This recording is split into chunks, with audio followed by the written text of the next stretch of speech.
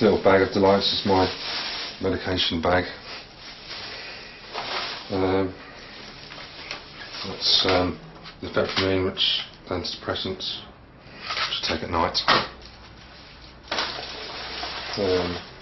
That's Temazepam, which is pretty heavy sleeping tablets. Knock out an elephant though. And that's Fluoxetine, Prozac, which I'm going to take now. Even though I'm not ashamed of my illness, I don't tell a lot of people. It's a bit of a private thing. Depression is actually viewed in two ways. Firstly, it's viewed as just, oh, it's not a real illness, you're just a bit sad, you're just not very happy, you've had a bad day. Or secondly, people think it's a mental illness, and that's it. They just think of nutters and tabloid headlines and maniacs and things like that. People just react with disbelief, mostly. Shake yourself up. All you need is a kick up the arse, that's what you get. You know, it's not a real illness. You don't really need tablets for that. I'll bet I'm not mad anymore. Well, it's Wednesday night. I've just got in from work not long ago. I actually had a very good day today. And I'm certainly, at the moment, out of the deep depression that I seem to have been in for a while. And I find it hard, really, to see any future. So things seem pretty black, huh? Yeah. Yeah. Sort of, what's the point? What's the point of doing anything? I think I feel constantly exhausted. Everything I do always exhausts me, and I feel just exhausted mentally rather than physically. Oh, I've got a badge. Downhill from here, it says. It's all downhill from here. It's all downhill from here.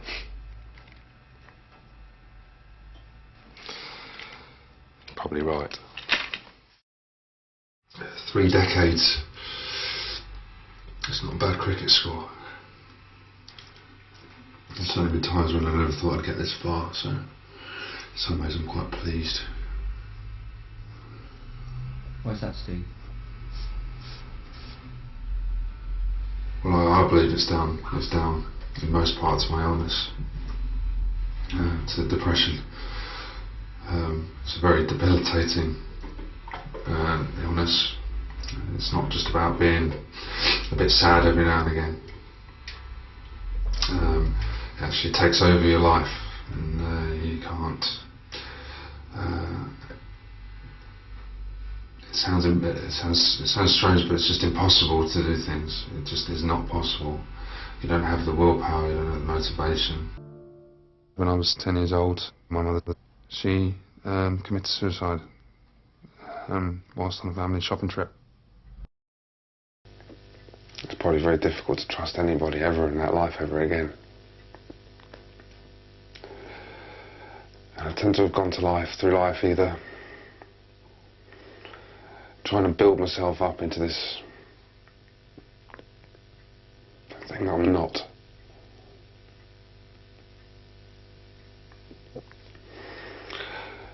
In order to get people to like me and need me and want me.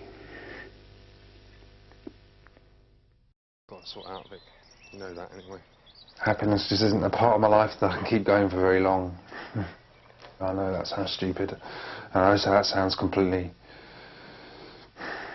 crazy. But it's not.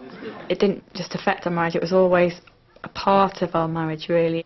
It was always there in the background. Steve quite often said that I was his miracle cure. Tell you what else about Albert said. At the back of your mind, you know that it's not true really, and he was by no means better. One day he'd be fine, and the next day he would be quite depressed. Sometimes when you walked through the door you didn't know what you were going to find. I'm just grateful for the time we did have together, and certainly if he asked me again I'd get married again tomorrow. I wouldn't do anything any different, and I don't think he would either. I've been a loser all my life, and it's not changing now. Still can't do the basic things in life. I still can't build and hold on to relationships with people. Real people, not people like me, whose just heads all over the shop all the time and curled up crying in the corner 1 minute and can't deal with things the way other people deal with them.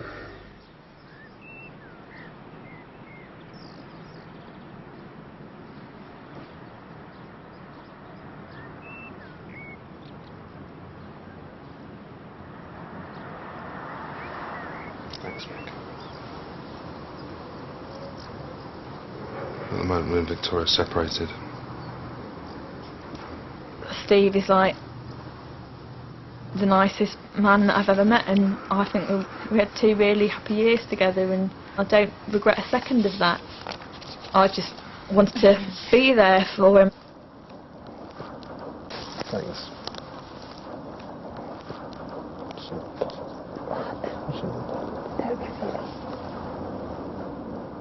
When I'm relatively well, you know, I just don't need the confines of a relationship. And when I'm depressed, I'm too clingy and need it too much. That's not healthy for anybody. It's certainly not healthy for Vic. Moving forward, when you have depression, when you have real clinical depression, it's like you're fighting against absolutely everything. You know, you're not just fighting against all the other things in the world that general people have to fight against. You have to fight against yourself as well.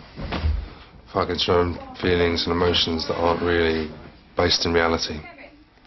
I wasn't diagnosed until 3 years ago, but with hindsight I can look back on my whole life and my childhood and know that I was suffering very acutely from it.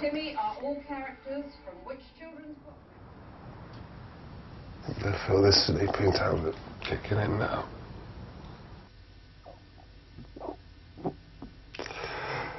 Sometimes I just wish I'd never wake up again. It'd just fucking be easier. I won't have to deal with all this shit.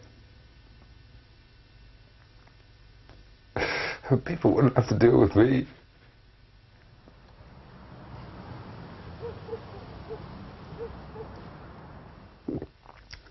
I hope there is a heaven out there somewhere, because this place is hell. Whenever I come out here, it makes me feel better. It's very quiet and very lonely. I think about things like what happened with my mum almost constantly. And these are the things that weigh upon my mind. And coming to a place like this just stops me thinking about those sort of things. My mother really loved the countryside and this kind of place. Sometimes it feels like the entire problems of the world are on your back. And coming out here makes you realise that your own little world isn't really that important. And there are things of much more majestic beauty that it's always worth waking up for the next morning.